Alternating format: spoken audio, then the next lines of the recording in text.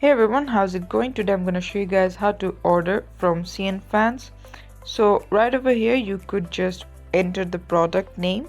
So let's say Christmas is coming up and we want something for it, right? So when I search for it, you'll see that there are a lot of things like a default, and you could also see things that are on sale, like this birthday gift, dragon zodiac, things like that.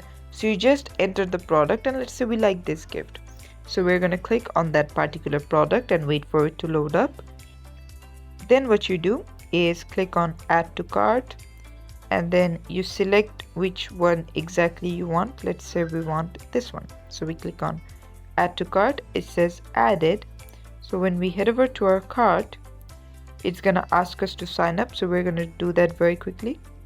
As you can see, now after signing in, we're on this page. So if I click on submit order, then what it's going to do, let's say we confirm it, and then we go to checkout, or we have to agree to their terms and conditions, and then click on submit. What you have to do here is put in your country, as in where do you want it to be shipped to. Let's say you're in Japan, and then how do you want to pay for it.